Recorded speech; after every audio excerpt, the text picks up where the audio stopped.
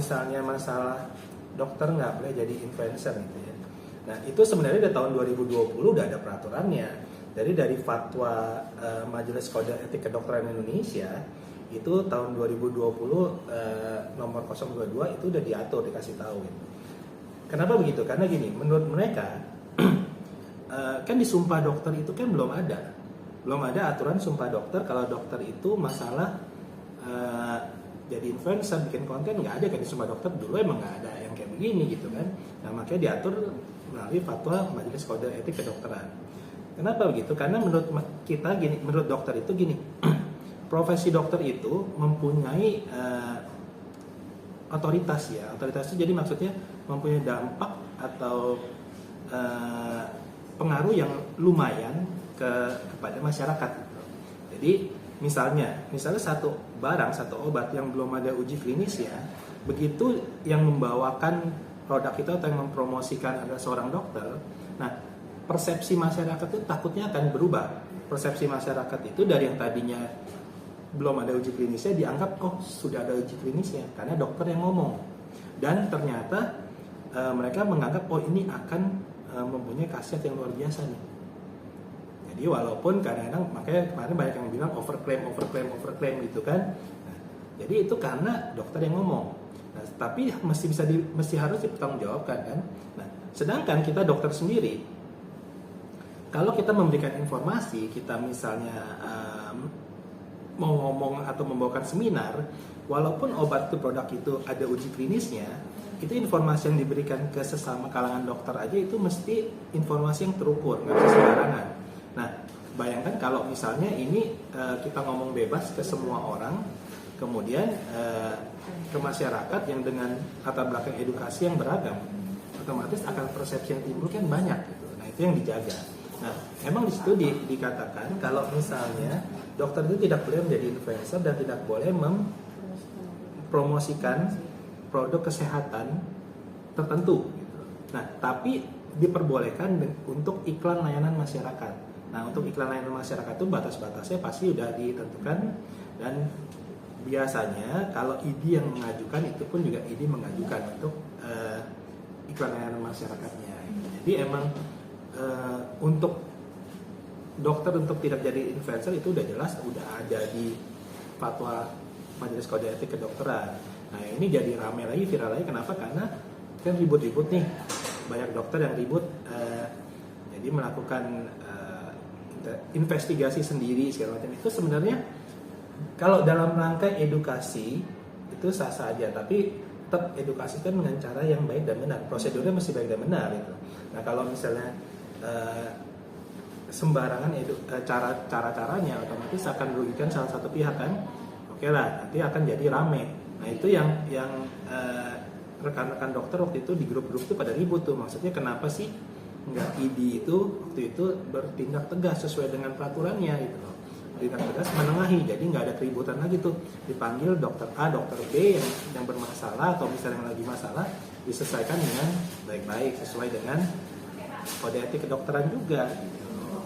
Jadi itu sebenarnya yang diharapkan dari teman-teman dokter waktu itu gitu. Karena kan nggak enak dilihatnya ya ribut sana gitu kan. Terus nah, selain itu kan juga tujuannya edukasi gitu. Masalahnya ini beberapa teman-teman bilang kalau edukasi oke, tapi kalau misalnya edukasi ternyata ujung-ujungnya bisnis ya nggak etis gitu loh. Maksudnya itu nggak elok lah gitu. Jadi diharapkan sama dokter semua itu saling mensupport, saling mendukung, tapi hal yang benar, kemudian lebih wise, bijaksana lah dalam menyikapi segala macam hal. Tapi kalau buat edukasinya untuk produk ini ternyata isinya nggak baik, ini nggak boleh, itu benar. Kayak misalnya merkuri nggak boleh, oh iya mesti diedukasi dong semuanya merkuri itu nggak boleh, jelas mesti harus gitu. Nah, tapi caranya yang benar, ada cara-cara yang benar. Gimana kalau misalnya emang ternyata emang produk ini mengandung merkuri dan tidak baik misalnya, itu nanti dilaporkan ke BPOM, nanti BPOM akan melakukan investigasi sendiri dan BPOM akan mengumumkan. Kan kayak kita lihat tuh di website udah banyak tuh Jadi produk apa aja yang ternyata sama BPOM nggak boleh, ternyata isinya melanggar, kan banyak sekali. Nah BPOM akan melakukan seperti itu. Kalau seorang dokter yang menjadi influencer, dia ibarat kata usaha juga dok, seperti memasarkan obat kecantikannya dia itu, kita tahulah siapa namanya. Itu gimana dok dalam kode etik kedokteran sendiri? Jadi di fatwa Majelis Kode Etik Kedokteran itu jelaskan, mereka bilang kalau dokter itu tidak boleh menjadi influencer atau mempromosikan produk kesehatan tertentu, mau produk kecantikan, kesehatan tertentu, itu tidak diperbolehkan menurut kode etik, fatwanya seperti itu. Jadi kalau misalnya mau bisnis, ini beda nih ya, ngomong bisnis. Kalau bisnis otomatis dia embel-embel dokternya mesti tidak dipergunakan. Jadi mau edukasi, misalnya mau mempromosikan, ya tapi embel-embel dokternya itu mesti nggak dipakai. Nah jadi misalnya namanya aja misalnya, ya boleh gitu. Tapi kan biasa orang-orang akan ngomong gini nih, yang ada di masyarakat. Ya tapi kan semua orang tahu dia dokter gitu kan. Jadi ya kalau misalnya dia nggak pakai dokter juga pasti dia tahu gitu kan. Nah makanya itu yang diminta sama teman-teman dokter, maksudnya ID itu bertindak tegas, dijelasin batas-batasnya itu di mana. Karena waktu kita mau memperpanjang SIP biasanya kan diundang semua. Terus habis itu nanti kayak ada satu pertemuan, satu sesi. Nah itu akan di briefing semua itu tentang peraturan segala macam, tentang kode etik, mestinya seperti itu gitu. Jadi kalau emang dia bisnis ya embel-embel dokternya mesti jangan dipakai gitu loh. Kalau dicopot kan dokter tuh menekat ya. Kalau seumpamanya seorang dokter kecantikan dia mereview salah satu produk, itu gimana dok? Boleh. Nah mereview salah satu produk itu nggak salah, itu emang nggak apa-apa, boleh nge-review. Testimoni, review itu nggak apa-apa, nggak masalah. Nah cuman nge-review itu boleh nge-review tapi untuk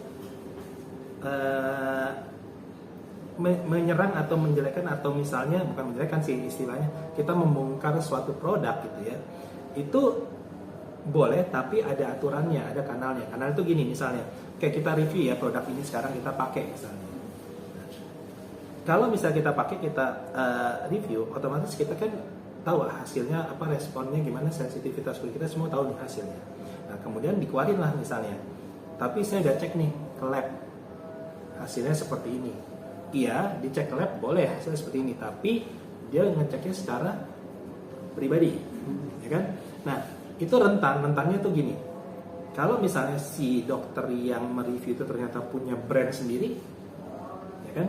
Dia ambil brand orang, dia cek, terus habis itu dia bilang, oh ini brand ini nggak bagus, isinya gini-gini, sedangkan brand saya bagus, secara nggak langsung kan ngomongnya seperti itu. Nah, tapi nanti nggak bagus itu siapa dulu nih?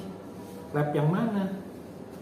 Labnya independen nggak? Kan kita nggak tahu. Terus yang dibawa barangnya ini, yakin nggak barangnya si B ini?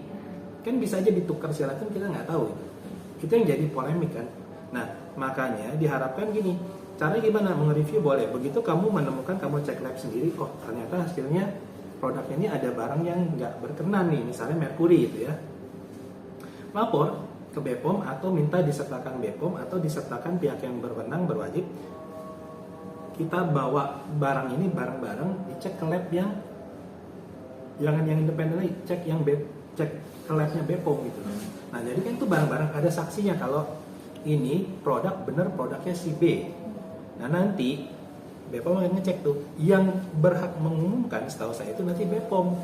BPOM yang akan bilang, oh produk si A itu saya ban, nggak boleh, kenapa? Karena mengandung merkuri.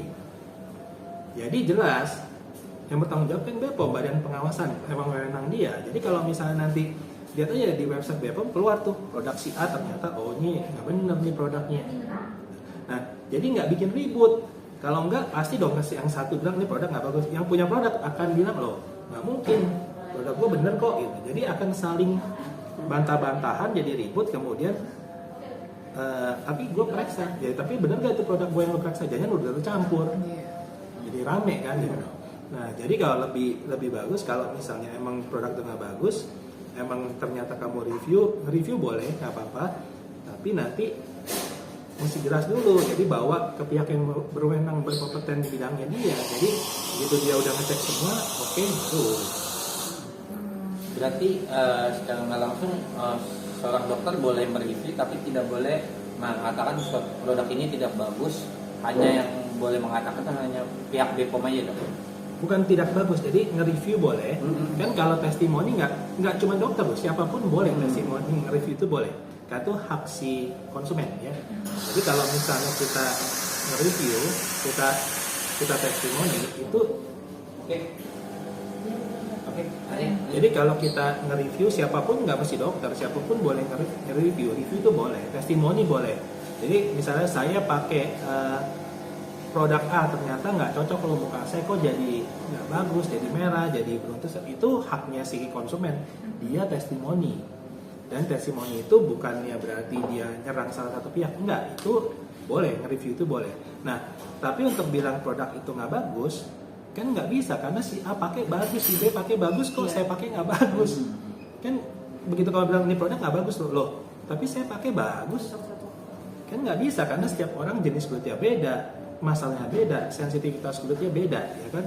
Nah, untuk itu kan begitu kamu bilang produk ini nggak bagus, kenapa nggak bagus? Oh, karena isinya ada merkuri, dok, ini nggak boleh. Oh yaudah, oke, isinya nggak ada merkuri ya. Oke, kita ngomong ini produk isinya ada merkuri, yang punya produk akan bilang, siapa bilang? Ini ada BPOM-nya kok. Misalnya ada hidroquinone, ada BPOM-nya kok. Nah, kalau kayak gitu kan jadi ruwet kan. Makanya yang berwenang mengatakan produk ini ternyata isinya tidak sesuai atau isinya tidak benar dan di-ban, itu si badan yang berwenang di bidangnya, si BPOM. Tapi kalau bilang produk ini bagus apa enggak, ya siapapun boleh bilang produk ini bagus apa enggak, karena kan cocok-cocokan, ada orang bilang bagus, ada yang bilang enggak gitu. Nah, yang pasti kalau buat isinya tetap BPOM yang berwenang. Cukup. Terus